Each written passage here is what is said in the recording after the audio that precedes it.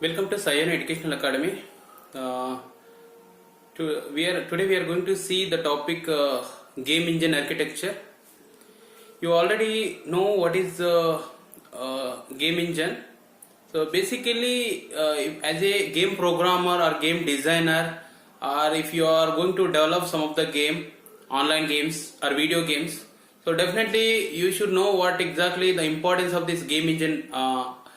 Basically, the game engine, sometimes you may call it as a game engine architecture, or you may call it as a game framework. Sometimes you may call it as a game frame. So what exactly this game engine architecture?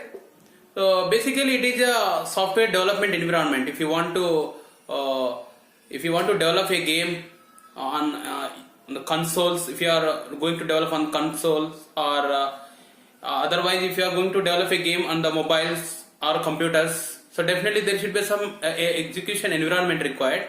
So game engine architecture, it basically it is so much helpful. So a lot of things are there in the architecture. So because using all these things you are going to develop the game. So just see here what are the things are comes under this game engine architecture. See here in the game engine architecture. So if you are as a user is giving some of the inputs, so internally, so these are the functionalities, different functionalities are there in the game engine. So if it is input manager, so the role of the input manager is that whatever the input is coming, based on that it is going to take the specific actions. The input manager is going to forward, so this input, as for corresponding your input, it is going to forward to the concerned manager. So who is going to take care about these inputs, and he is going to accept the inputs. So first of all, he is going to check what type of input you are providing. So basically the graphical user interface system is supporting to the input manager. So different keys are there in the graphical user interface in the game programming. If you are going to develop any game, you are going to give the importance to the different keys. And here the role of this physics manager. The physics manager is basically is going to take care about the collision detections. So all the any of the physics related things is going to take care. If there is a possibility of any of the collisions, so this physics manager is going to take care of all the collisions. The error manager. So in the game development, if any of the error will occur, this error manager is going to check what type of error it is and what is the resolution for that. He is going to take care. Event manager is what type of events you are creating in the game. So he is going to take care about all the events part of the game development. And the scene manager role is very important.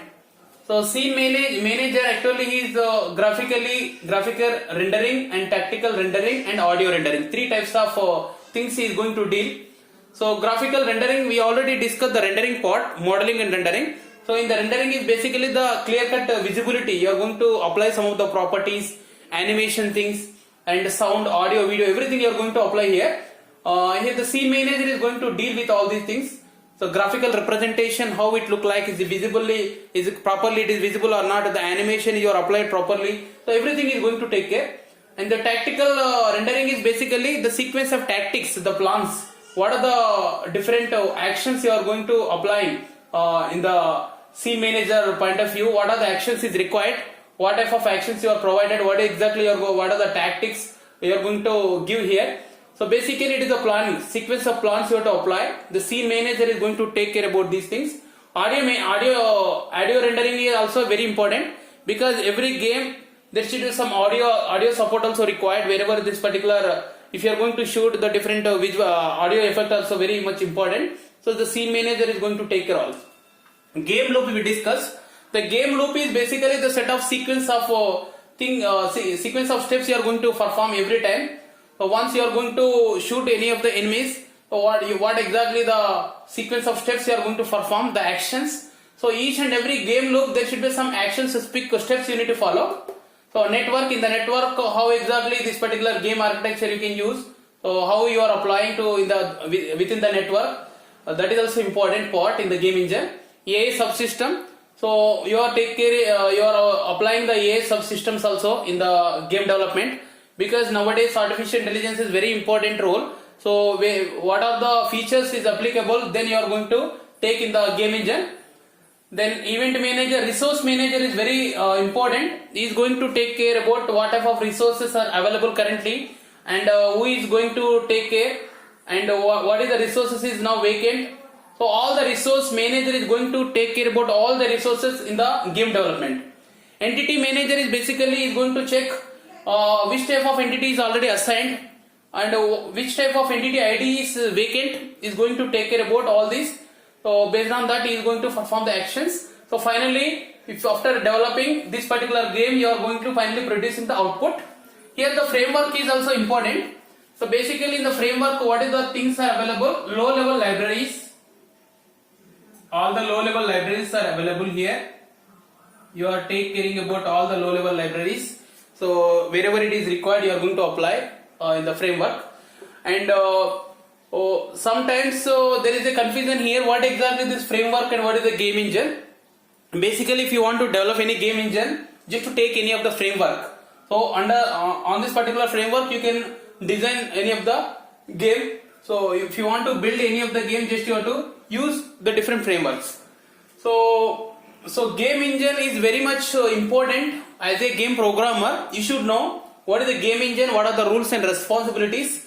So each and every part also very important. If you are input manager point of view, you are thinking the what type of inputs and what is the GUI system you are maintaining.